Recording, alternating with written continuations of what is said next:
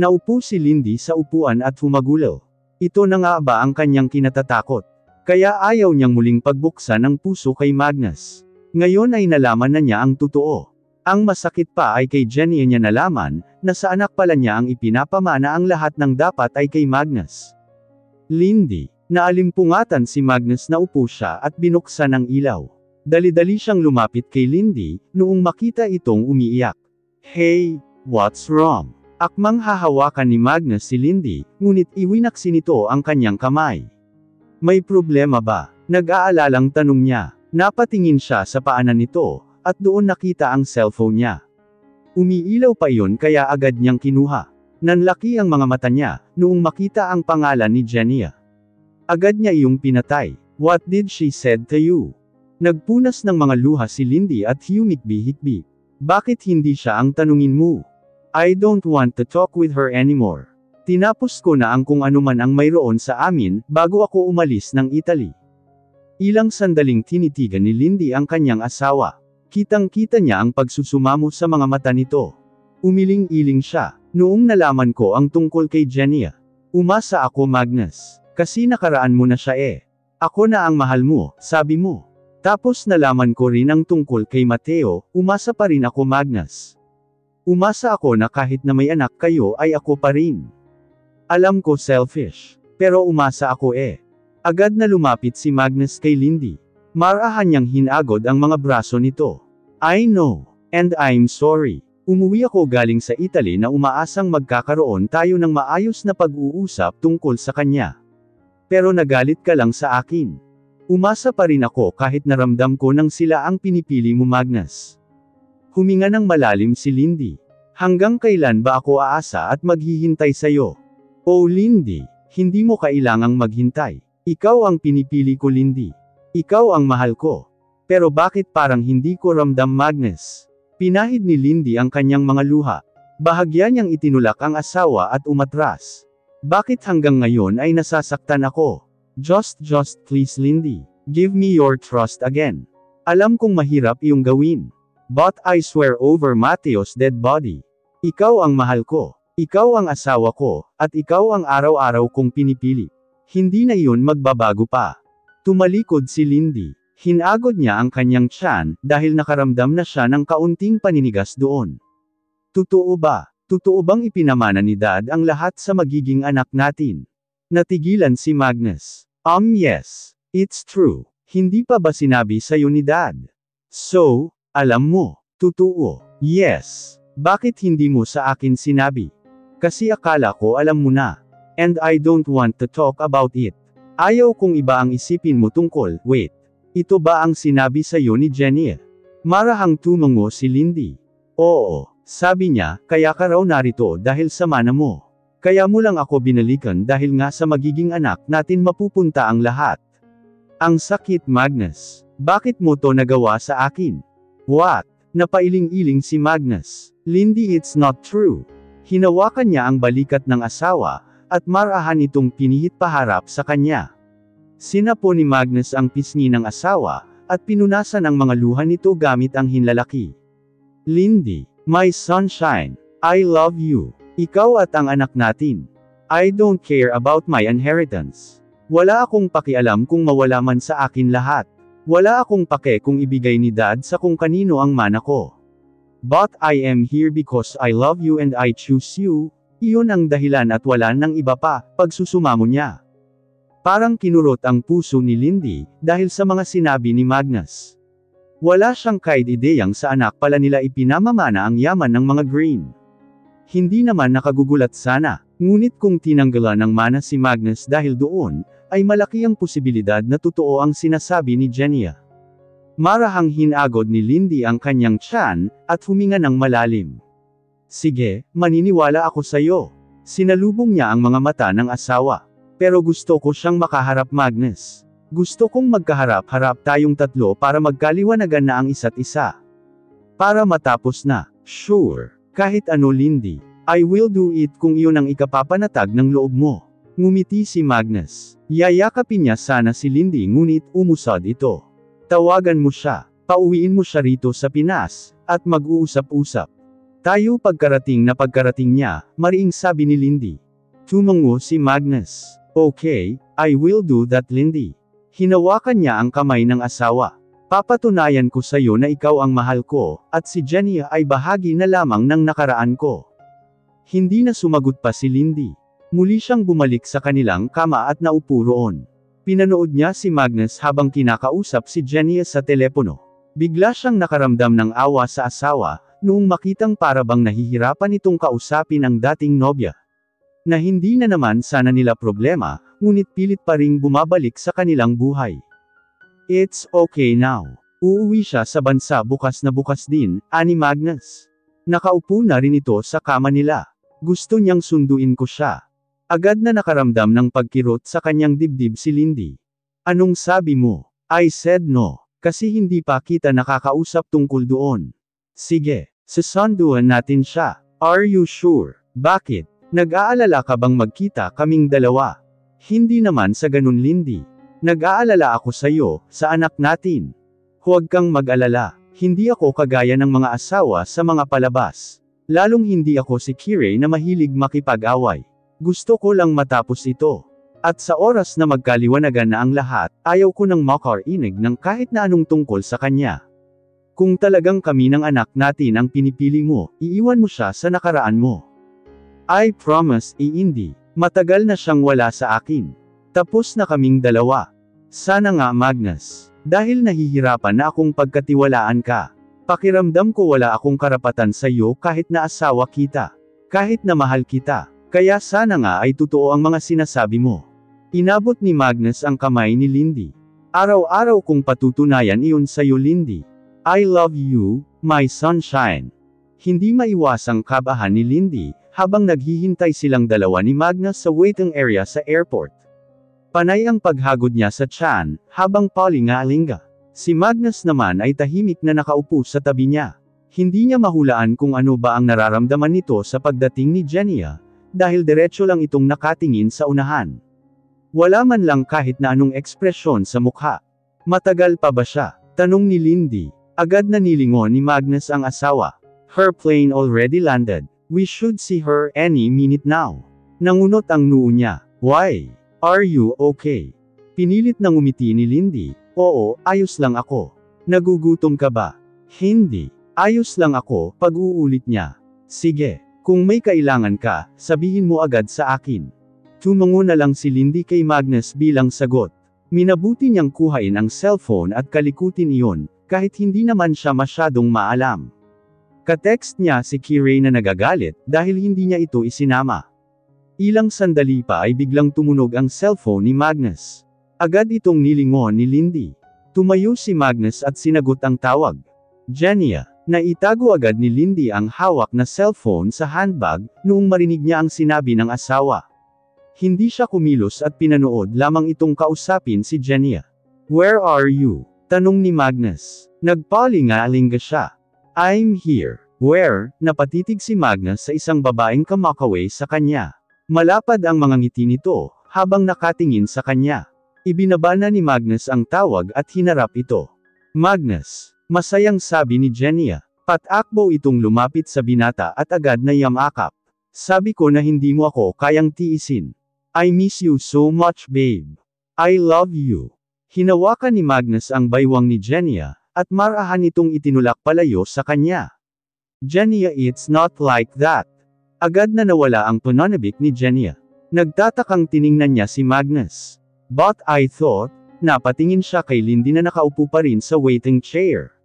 Agad na napaismid si Jenny. What is the meaning of this? Why is she here? Doon na tumayo si Lindy at tumabi kay Magnus.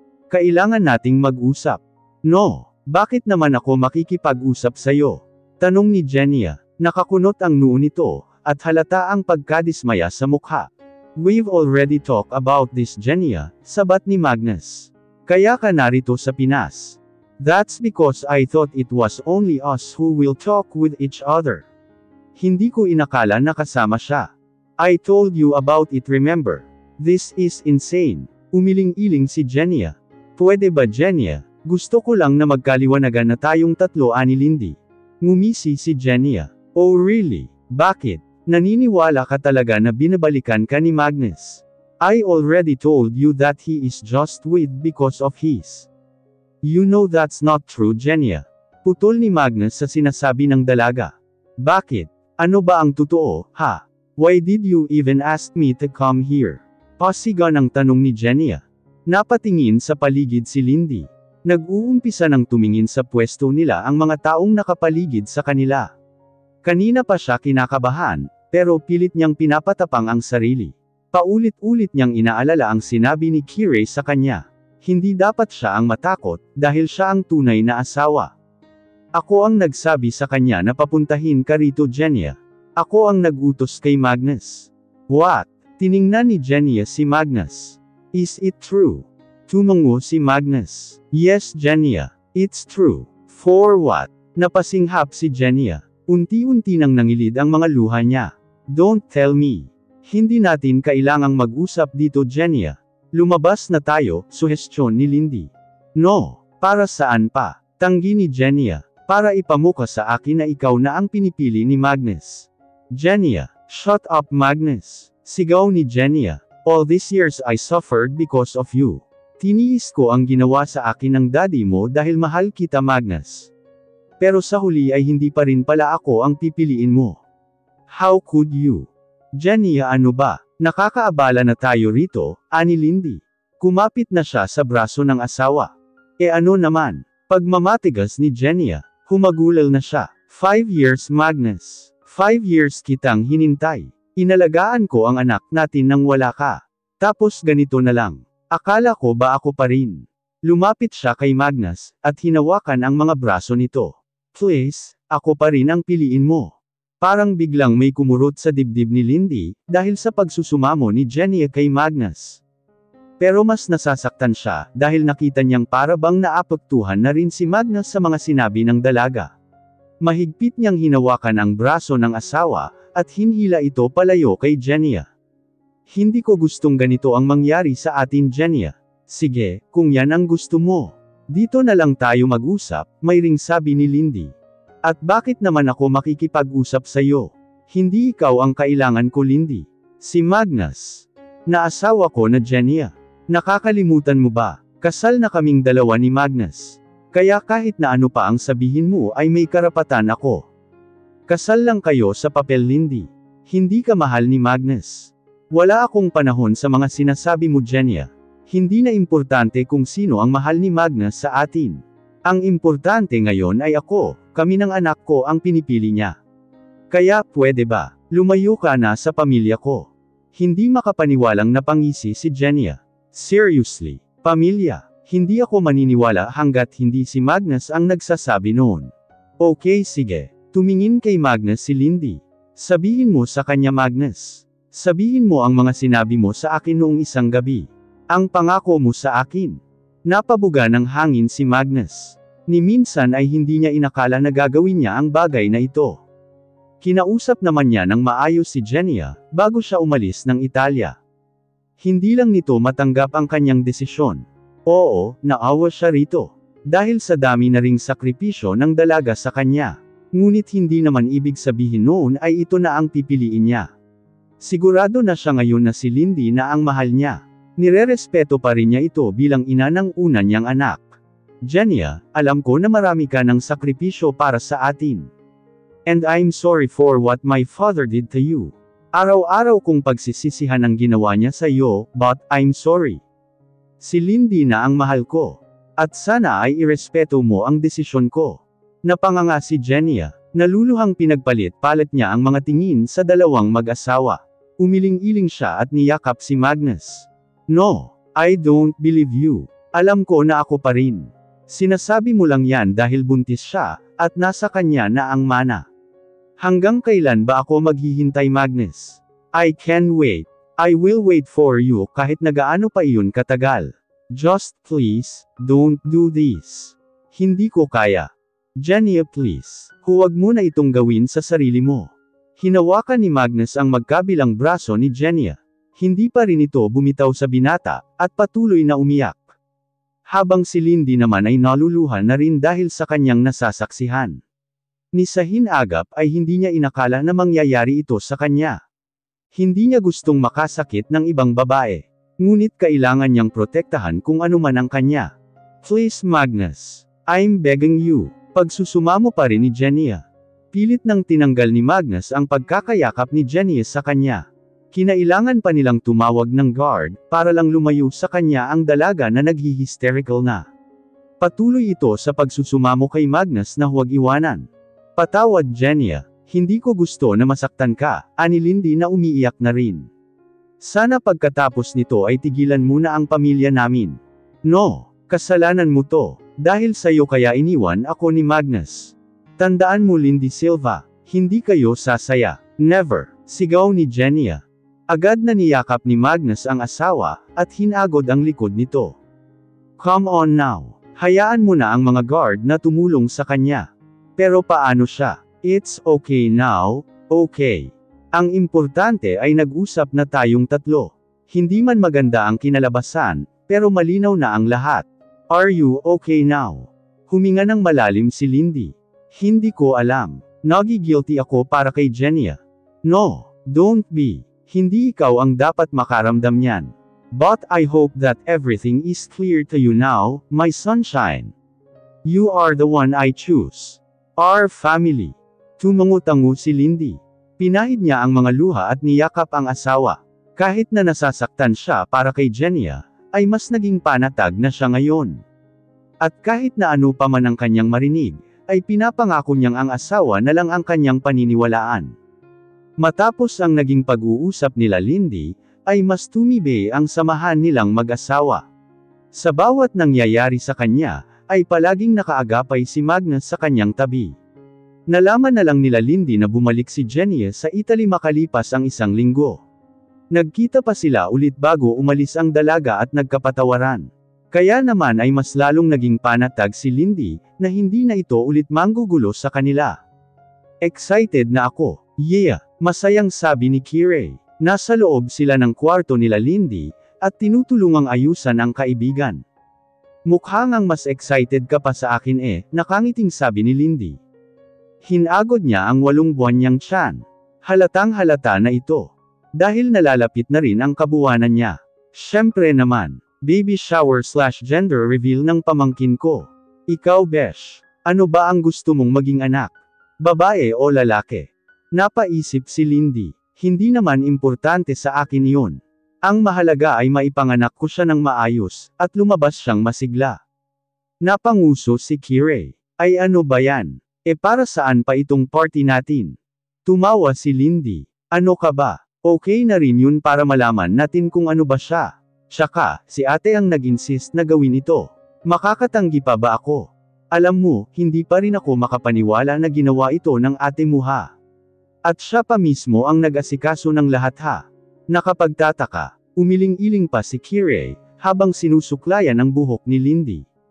Natahimik si Lindy. Kahit siya ay nagulat noon biglang mag-suggest ang ate niya, na gawa ng party ang pamangkin nito. Mabuting araw at hindi pa siya nakapag-ultrasound, kaya naman ay nagawa pa nilang mag-gender reveal ngayon. Sa katunayan ay kinuha ni Liza ang result ng ultrasound niya, para ito na ang mag-asikaso sa surpresa. Ano ka ba? Maging masaya na lang tayo dahil nag-effort si ate. Matagal ko nang hinihintay na maging ganito kami. Napangiti si Lindy. Agad namang umasim ang mukha ni Kirei. Sus, kung ako sayo, hindi ako masyadong magtitiwala sa kanya. Hitsura pa lang ng ate mo hindi nakapani-paniwala. What did you say? Sabay na napalingon sina Lindy at Kirei sa kanilang likuran, noong may magsalita. Nakatayo na roon si Liza na matalim na nakatitig kay Kirei. Agad naman nag-iwas ng tingin si Kirei at tumungo. Ano ulit ang sinabi mo tungkol sa akin? Tumikim si Lindy, ate. Wala, nagkukwentuhan lang kami ni Kirei. Pasensya na, Berwan lang yun. Iniikot ni Liza ang mga mata. Whatever, bilasan nyo na at mag-uumpisa na ang party. Nandyan na sila dad at ang family ni Magnus. Sige ate, ngumiti si Lindy kay Liza. Pinilit ni Liza na ngumiti rin sa kapatid. Okay, tumalikod na siya at maglalakad na sana palabas noong muli siyang tawagin ni Lindy. Ate, thank you pala sa party na ginawa mo. Sobrang na-appreciate ko ang ginawa mo para sa pamangkin mo. Bumuga ng hangin si Liza. Inayos niya muna ang kanyang matamis na ngiti, bago muling humarap sa kapatid. Of course. You're my sister. This is the least I can do for my nephew or niece. We will know later. Thank you ulit. Okay. Enough with this. Magkita na lang tayo sa baba. Bilasan mo na ha. Opo. Tuluyan nang lumabas si Liza sa silid. Agad namang lumapit si Kirei sa pinto, at tiningnang maigi kung wala na si Liza sa paligid. Nakahinga ito ng maluwag, at agad na sinara ang pinto. Mabuti naman at umalis na. Grabe, nakakatakot pa rin ang presence noon. Sapo-sapo ni Kirei ang dibdib, at halatang kinakabahan. Natawa na lamang si Lindy. Ikaw kasi kung ano-ano ang sinasabi mo. Ngumuso si Kirei, totoo naman. Hindi ka patiwa-tiwala ang babaeng yun. Biruin mo, buong buhay nyo ata ay palagi ka nalang inaaway noon. Tapos biglang naging mabait ngayon. Sige ka, baka biglang nandyan na naman yun, biro ni Lindy.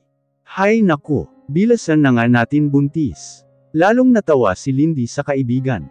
Nauunawaan naman niya ang ibig iparating ng kaibigan. Pero sa ngayon ay pilit niya yung hindi iniintindi. Masaya na siya dahil kahit paano ay nagiging maayos na ang relasyon niya sa kapatid. Hindi nagtagal ay bumaba na rin sila Lindy sa bakuran. Sa Hacienda Clarita ginanap ang mga party. Kaya naman ay hindi lang ang mga malalapit na kaibigan ang kanilang bisita at pamilya. Maging ang ilang tauhan sa kanilang hacienda. Agad na lumapit si Lindy sa biyenan at mga magulang, upang magbigay galang. Nakita niya rin ang asawa na abala sa pakikipag-usap sa mga bisita nila. Agad itong lumapit sa kanya noong makita siya.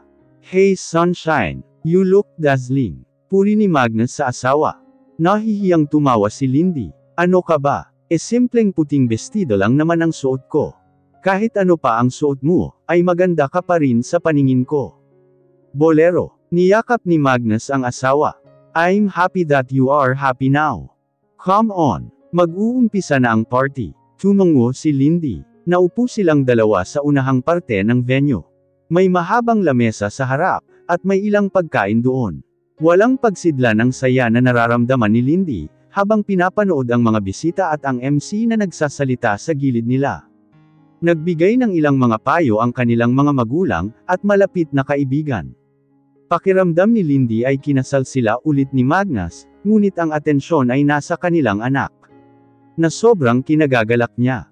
Ilang sandali pa ay si Liza na ang nagsasalita sa gilid nila Lindy. I am so thankful na nakapunta kayong lahat dito. Syempre, this is all about my sister. Why should we do the gender reveal now? Let me call on the parents. Agad na nagpalakpakan ang mga tao. Tumayo na si Magnus at inalalayan ang asawa na pumunta sa gitna. Kinuha ni Liza ang puting lobo na hindi kita ang loob. May nakasulat dong boy or girl bilang tanong, kung ano nga ba ang kasarian ng anak nila Lindy. Hindi naman may tago ang pagkasabik ni Lindy, dahil sa kanilang ginagawa. Parehas naman sila ni Magnus na hindi importante kung ano ang kasarian. Ngunit hindi niya inakala na ganito pala ang pakiramdam. Kinakabahan siya na hindi niya malaman. Who is the team boy? May ilang nagtaas ng papel na hugis palad, at may nakasulat na boy. And who is the team girl? Natawa si Lindy noong makita ang mga magulang at biyenan na puros team boy ang hawak. Hindi na nakakagulat na lalaki ang gusto ng mga ito. Lalo na ang daddy ni Magnus. At the count of 3, the parents should burst the balloon. Ani Liza. Ready na ba kayo? Ready na. Are you ready sunshine?